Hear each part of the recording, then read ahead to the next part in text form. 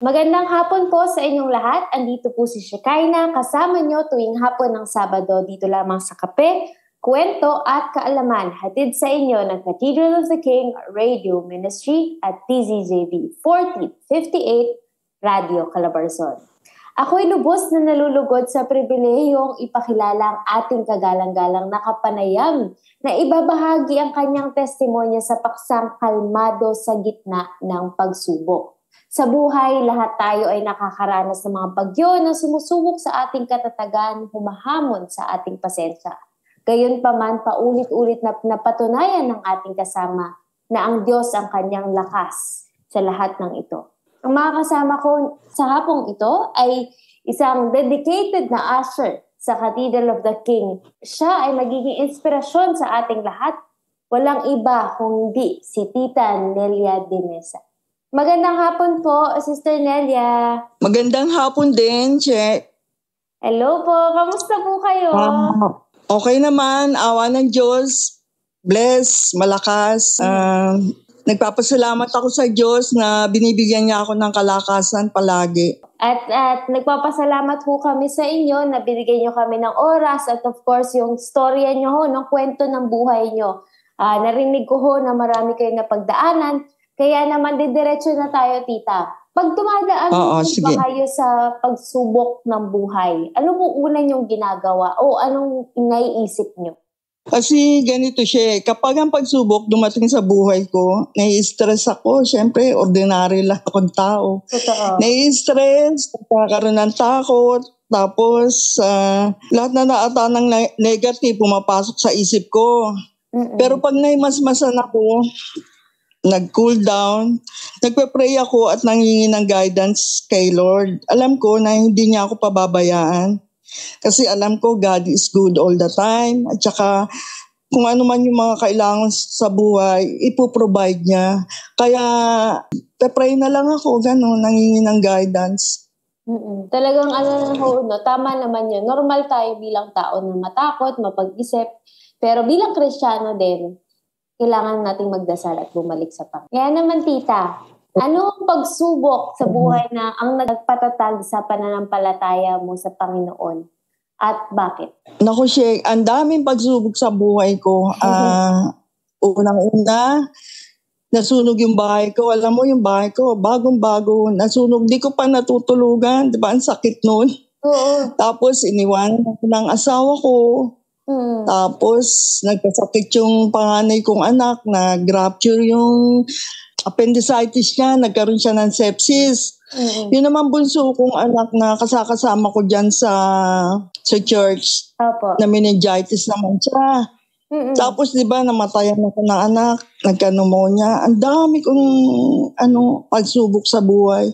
Hindi ko nga alam kung bakit, Lord, matigas ba ulo ko? Dapat mo kong i-correct palagi. Ganon. Dami kong pagsubok. Tapos ito yung pagsubok na tumatag ako. Yung iniwan ako ng asawa ko. Opo. 3 kasi anak ko. Bata pa sila, 4 years pa lang yung bunso ko. Siyempre, kailangan kong buhayin, pag-aralin, ganyan. Dito, kasi dati, takot talaga ako eh. Takot, meron akong, ang weakness ko talaga, yung fear.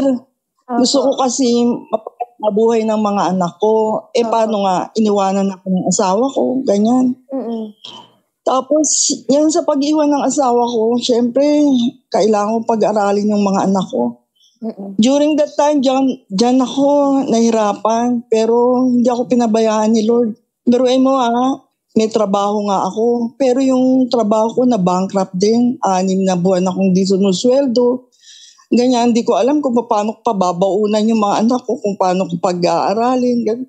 Pero hindi ako pinabayaan ni Lord. Ang daming milagrong ginawa niya sa buhay ko. Biruin mo ngayon, napagtapos ko yung tatlo kong anak. Hindi ko alam kung paano nga sa tulong ni Lord, ang dami niyang milagro sa akin. Pero yung siya, dumadating sa pagkakataon na wala akong kapera-pera. Tapos alam mo, maghanap ako dyan sa damitan ko. Pero makakapulot ako 1,500. Biro mo naman, di naman ako makakalagay doon ng pera dahil wala naman akong ilalagay. Kulang pa, di ba? Sabi ko talaga si Lord, di ako pinababayaan. Tapos minsan nga, yung anak kong babae, gagraduate sa PICC.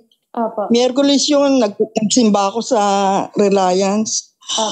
Ang pera ko talagang pamasahe lang, tsaka pang offering, magkano lang.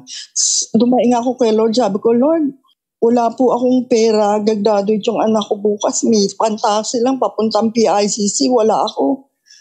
Alam mo, gumamit siya ng sister dyan sa church. Sabi ng sister, alam mo, Sister Nel, kanina pa ako inaano ni Lord na bigyan kita. Tapos nga daw, yung inaano niya, nilalabanan niya na kailangan ko rin nga Lord, ganyan. Tapos alam mo, hindi nga ako nabigyan doon sa church. Nagkita kami sa bus. Biruin mo, di ba?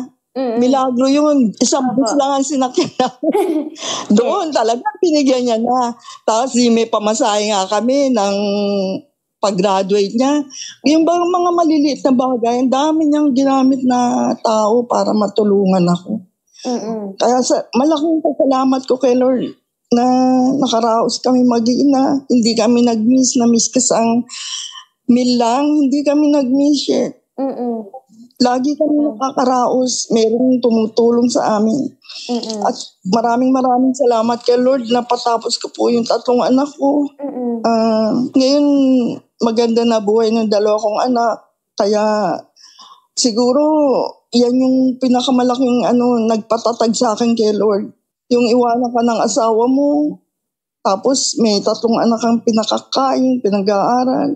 Tapos pa ganito, yung nakatira kami sa San Andres.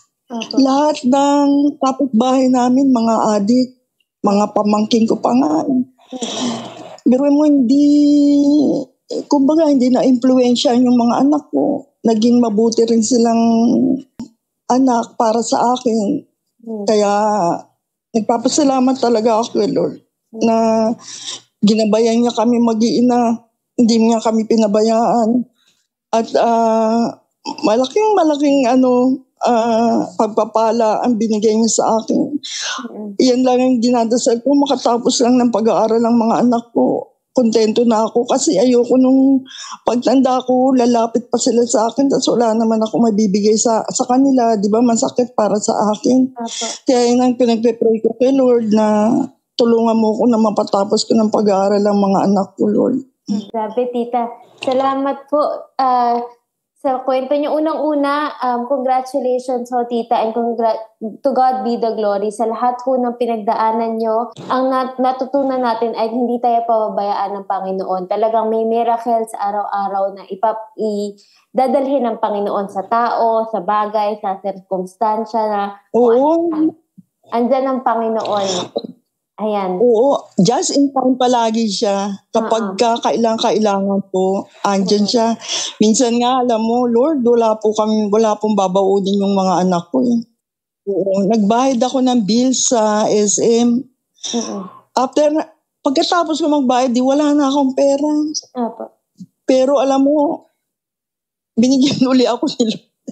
Nakapulot ako ng 500. Di ba? Ang daming tao sa akin pa binigay ni Lord. Bait ni Lord. Kailangan ka lang lumapit talaga ho sa Kanya at didinigin naman niya ang inyong dasal. Salamat ho, Sister Nelly.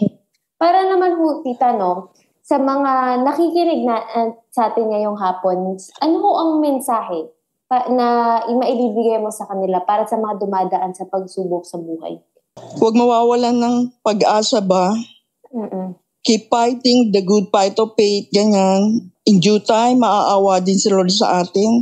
Magtiwala lang tayo sa Diyos, ganyan. God is good all the time. He will not leave us nor forsake us. Yung mga, alam ko, may purpose si Lord sa buhay ng bawat isa. Siguro, ito yung magiging matatag ba tayo, magiging strong sa buhay. Kaya magtiwala lang kay Lord. Tama. Hindi niya tayo pababayaan. God is good all the time. All the time, God is good. Maraming salamat, God is Tita. good.